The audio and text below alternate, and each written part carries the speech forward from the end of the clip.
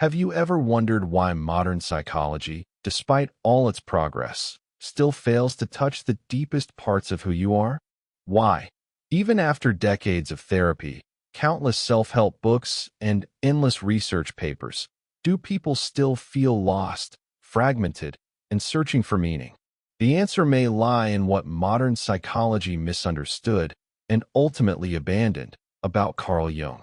While Jung saw the psyche as sacred, modern psychology sees it as a system to be fixed. Jung spoke about the soul. Psychology today speaks about symptoms, and that subtle shift changed everything.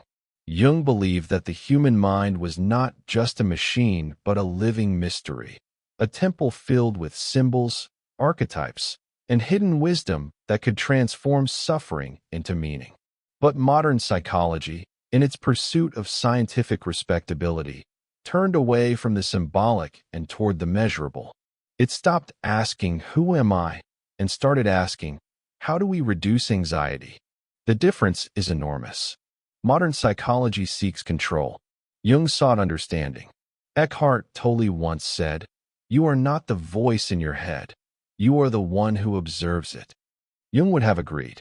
For him, the unconscious was not an enemy to be subdued, but a teacher to be listened to.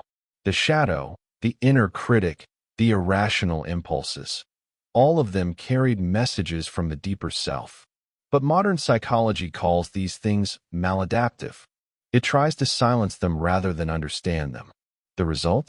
A generation medicated, distracted, and spiritually starved.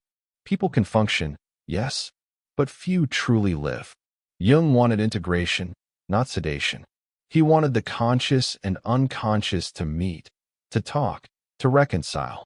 Tolle calls this presence. Jung called it individuation. Both meant the same thing, awakening from the illusion of separation. Modern psychology, for all its brilliance, rarely dares to touch this. It fears the language of the soul. It fears the mystical. It fears a meaning that cannot be quantified. And yet, that's exactly where healing begins. Jung warned that the modern world would lose itself in materialism, science, and surface living. He saw it coming. The age of the clever mind disconnected from the heart. And that's where Tolle's teaching enters like a reminder from the eternal. He tells us that consciousness itself is the foundation of healing, not technique, not analysis, consciousness. But in our world, we love methods more than mysteries. We love systems more than silence. So we reduce the psyche to brain chemistry and algorithms. Jung would have said, "You've traded the soul for statistics." To understand Jung through Tolle is to remember that awakening is not about escape, but about embodiment. Jung never wanted people to transcend their humanity. He wanted them to embrace it, shadow and light, suffering and joy, chaos and order. Tolle does the same when he says, "What you resist persists." Jung said it long before. Until you make the unconscious conscious, it will direct your life, and you will call it fate. Both men are describing the same inner alchemy. One uses the language of spirituality, the other the language of psychology. But the truth behind their words is identical. The power that heals us is not external, it's awareness itself. Modern psychology has forgotten this. It treats awareness as an observation tool, not a sacred force. It dissects the mind into parts, cognition, emotion, behavior, but never asks what gives rise to all of them. Jung and Tolle both point toward that mystery, consciousness. Jung saw dreams as the bridge to the divine. Tolle sees the present moment as the same doorway. But today's psychology treats dreams as neural noise and silence as boredom. It pathologizes the very states that could awaken us. No wonder so many people feel spiritually homeless. When Jung spoke about the self, he didn't mean the ego or personality. He meant the totality of who we are, the conscious, the unconscious, the divine spark within. It's the same self Tolle refers to when he speaks about being. The same essence that watches thoughts, that feels life moving through you. Jung would say that our culture's sickness is the disconnection from this self. That's why we chase stimulation, validation, and control, because we've forgotten the source within. And modern psychology, though brilliant in diagnosing symptoms, often reinforces the same disconnection. It teaches coping, not communion. It helps us survive, not awaken. Jung would likely admire Tolle for restoring the language of the soul to modern ears. Where Jung said individuation, Tolle says presence. Where Jung spoke of symbols, Tolle speaks of awareness. Both lead to the same realization, that you are not merely a bundle of memories and thoughts, but consciousness itself becoming aware of itself. And this is precisely what modern psychology gets wrong. It wants to heal the ego instead of transcending it. It wants to rearrange the furniture inside the house, while Jung and Tolle want you to realize you are the house. The tragedy is that the more psychology tries to prove itself scientific, the less it touches the essence of being. It's not that science is wrong. It's that science is incomplete. It measures the brain, but forgets the mystery behind it. Jung once wrote that the gods have become diseases. What he meant was that the archetypal energies, love, fear, creativity, chaos, no longer live in our myths, so they erupt in our psyches as disorders. Instead of worshiping wisdom, we medicate it. Instead of interpreting our dreams, we silence them with sleeping pills. Jung would call this a collective neurosis. Tolle would call it unconsciousness. Both men saw that suffering is not the enemy, it's the invitation. But modern psychology tries to eliminate pain instead of understanding it. We see discomfort and call it dysfunction. Jung saw discomfort and called it initiation. Every anxiety, every shadow, every moment of despair was a threshold, a doorway to greater wholeness. Tolle says the same thing when he reminds us, the pain you feel is the breaking of the shell that encloses your understanding. Pain is not punishment. It's a transformation in disguise. But to see it, you must stop running from yourself. Jung believed that the modern human's greatest task was not to be happy, but to become real. Happiness was a byproduct of integration, not its goal.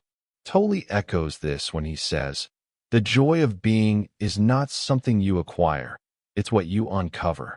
Modern psychology sells us coping mechanisms. Jung and Tolle offer awakening.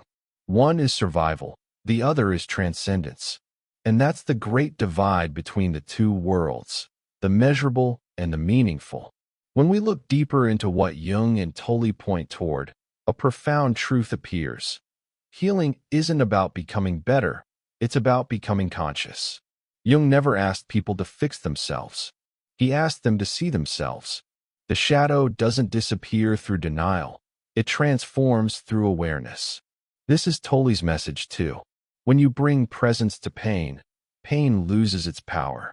When you bring light to the unconscious, darkness becomes understanding. Yet modern psychology doesn't trust this process. It wants evidence, not experience. It measures change, but rarely understands transformation. Jung said people don't become enlightened by imagining figures of light, but by making the darkness conscious. That alone dismantles much of modern self-help. Most modern methods try to keep us positive, think happy thoughts, override negative feelings, manifest away suffering. Jung saw that as spiritual bypassing. He knew the only way out was through.